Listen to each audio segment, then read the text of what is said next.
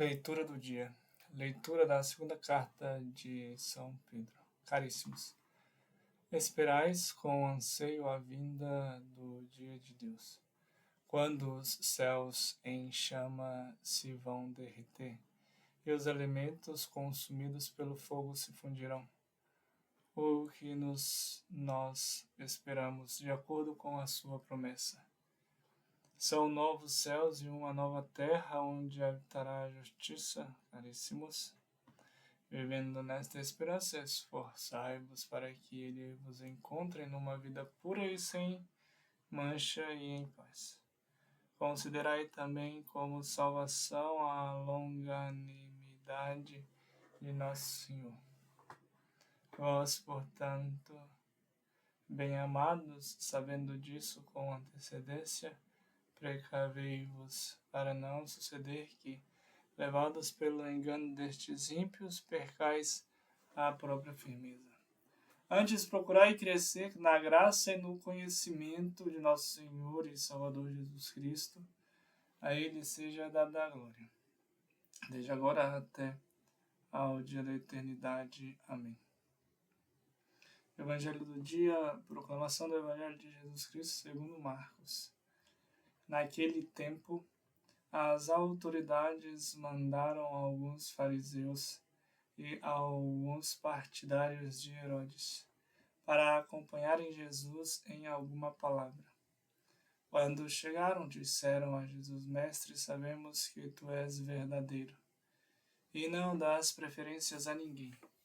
Com efeito, tu não olhas para as aparências do homem, mas ensinas com verdade o caminho de Deus.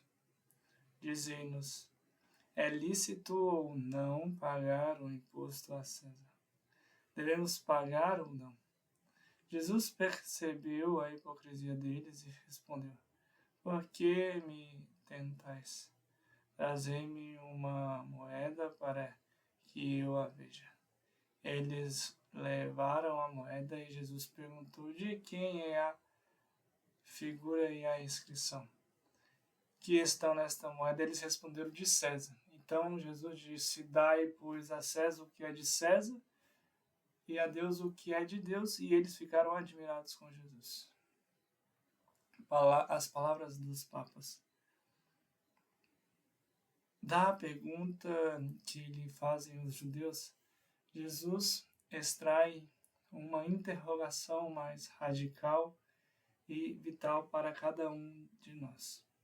Uma pergunta que podemos fazer a nós mesmos: a quem pertenço? A família. A caridade, aos amigos, à escola, ao trabalho, à política, ao Estado? Sim, sem dúvida, mas antes de tudo, recordar-nos: Jesus, tu pertences a Deus. Esta é a pertença fundamental. E devemos levar a nossa vida dia após dia no reconhecimento dessas nossas pertenças fundamentais e na gratidão do coração ao nosso Pai, que cria cada um de nós singularmente, irrepetível, mas sempre segundo a imagem do seu amado Filho Jesus. É um mistério maravilhoso. O cristão é chamado a compreender-se concretamente nas realidades humanas e sociais sem opor Deus a César. Contrapondo Deus a César seria uma atitude fundamentalista. O cristão é chamado a empenhar-se concretamente nas realidades terrenas, mas iluminando-as com a luz que deveria de Deus.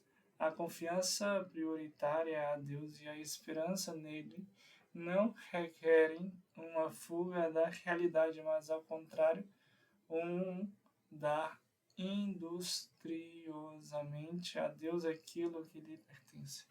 É por isso que o crente olha para a realidade futura de Deus, a fim de levar a vida terrena em plenitude e enfrentar com coragem os seus defeitos.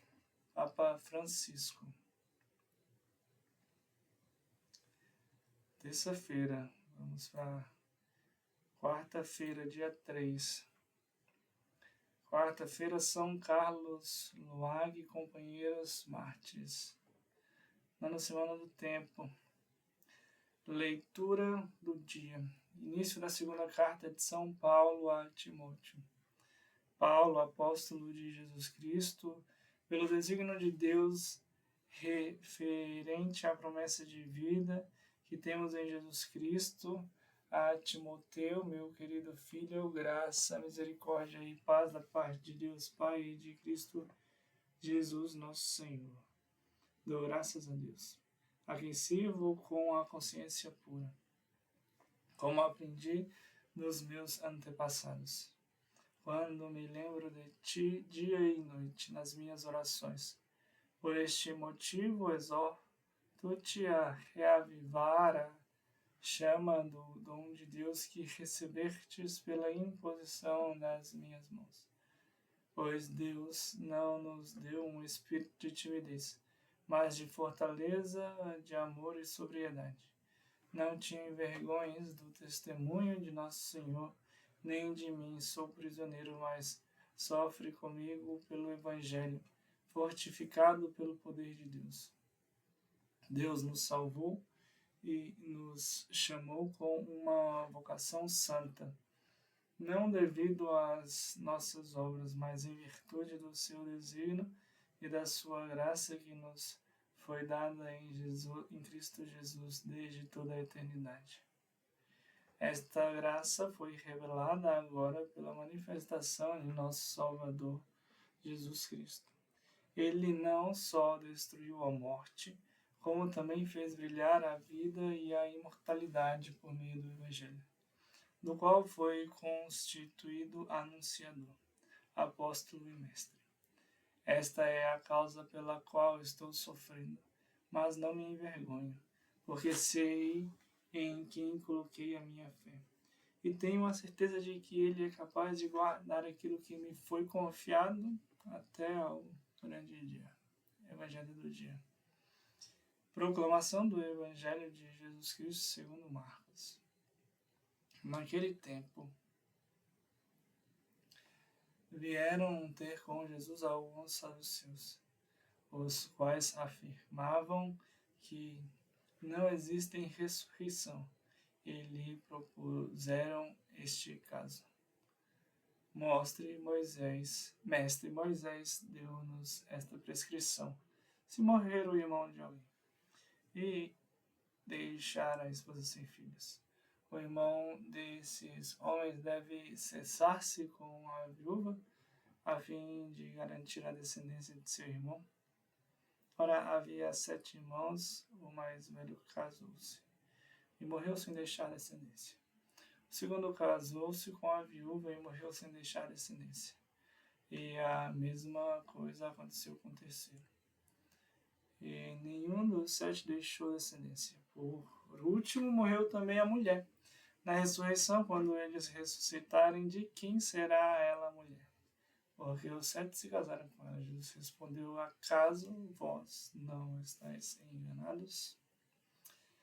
Por não conhecerdes as Escrituras, nem o poder de Deus?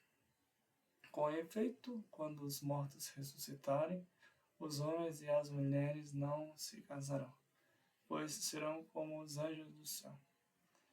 Quanto ao fato da ressurreição dos mortos, não lestes no livro de Moisés, na passagem da sarça ardente, como Deus lhe falou: eu sou